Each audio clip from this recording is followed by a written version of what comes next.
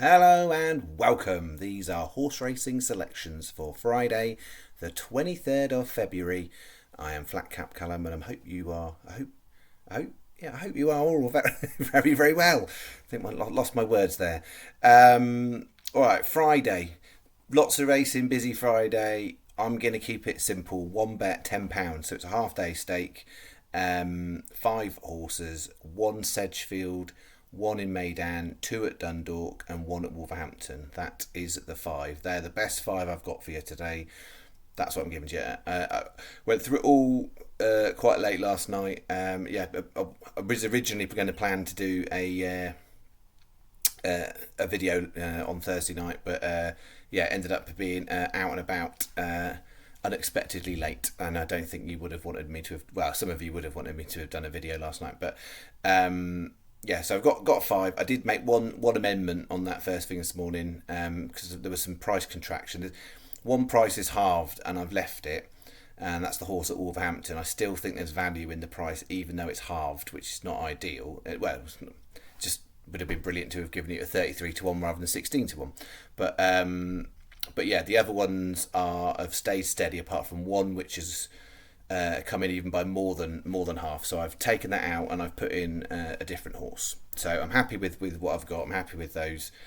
And so yeah, as far as yesterday goes, same again, same again.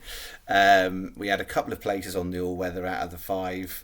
That wasn't enough to get more than a quid. Well, we got about pence back for that. And then on the jumps horses, the Lingfield horse ran with credit for given the price, but it was only a 4-runner race. I mean, a non-runner, so it needed to be the winner. It was only third, so that wasn't good. And then over in Ireland, the Johnny Cakes. I know a few people turned an eyebrow up at Johnny Cakes. I'll give you the little bit of the context on Johnny Cakes. So the form was nothing. There was one maiden. I think you could have argued it was reasonable. So I wasn't judging it based on the form particularly, other than there was a little glimmer in one run. What I was looking at in that race is it was making a chase debut, and I think from a breeding point of view, it looked breeding wise to be something that would step on for running in a chase. It chucked it in one of these QR amateur handicaps, and PJ Rothwell's got a lot of previous with running horses in those races on jockeys no one's heard of, and then them popping up at a very big price. So there was some logic in it from that perspective. So I thought 50 to 1 was worth trying. I mean, it SP'd at 25. I wouldn't have backed it at 25 to 1, to be fair. I mean, the true price, if you actually look at the form, probably was around the 40 to 1 mark, because actually look at the race, there wasn't much with any form really. So yeah, it shouldn't have been 25s, but it was one of those ones. It was worth a punt, and I would say at 50 to 1, you'll get more than 1 in 50 of those that would come up. So that's the kind of the rationale behind it, albeit on paper I can see why nobody else would go anywhere near it.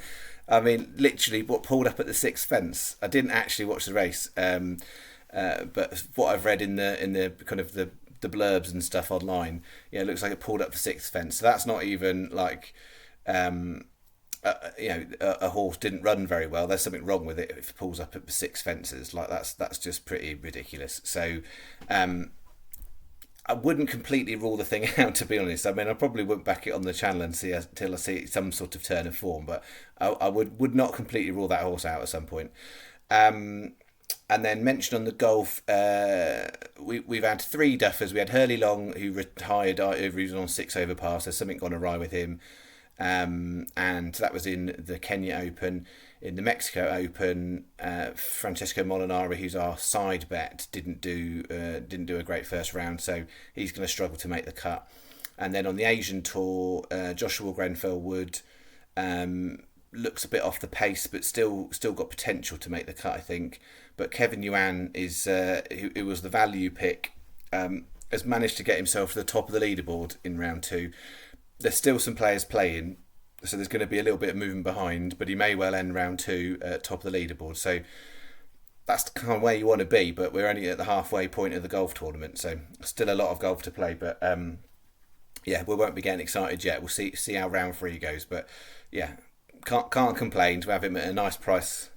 And if anyone got the 175, well done. But I would imagine most, if you were out and about, you could get 150s.